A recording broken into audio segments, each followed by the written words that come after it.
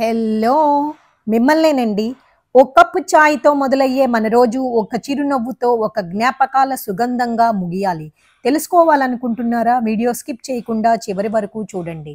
మన మనసు వర్షం వచ్చిందా చాయ్ కోరుతుంది. బంధువు వచ్చాడా చాయ్ అడుగుతాము. కలత కలిగిందా చాయ్ ఓదారుస్తుంది. ఆనందం కలిగిందా మజా ఇస్తుంది చాయ్. జీవితంలో చాయ్ అంటే హాయిగా అనిపించే ఒక మధురానుభవం. ఒక చిన్న రోడ్ సైడ్ హోటల్లో తాగే మసాలా చాయ్, ఇంకా ఇదిగోరా చాయ్ అన్న అమ్మ స్వరం, ఇలా అన్నీ గమనిస్తే చాయ్ అనేది కేవలం రుచి కాదు, ఒక అనుభవం. ఈ చాయ్ మనసుకి రిలాక్స్ ఇస్తుంది. చాయ్ తాగేటప్పుడు దోస్తులతో మాట్లాడే మాటలు చాయ్ మిక్స్. ఇలాంటి ఒక చాయ్ వెనుక ఎంతో మంది ఉన్నారు. ఒక రైతు, ఒక వ్యాపారస్తుడు, ఇలా వందల చేతుల తాకిడి ఉంది. చాయ్ అనేది ఒక రిఫ్రెష్మెంట్ కాదు, ఒక తృప్తి, ఒక ప్రశాంతత. చిన్న కప్పులో ఉండే చాయ్ ఒక పెద్ద అనుభవం. చాయ్ ఒంటరిగా తాగినా మనసు మాత్రం ఒకటే చెబుతుంది, ఇంకొక కప్పు కావాలి అని.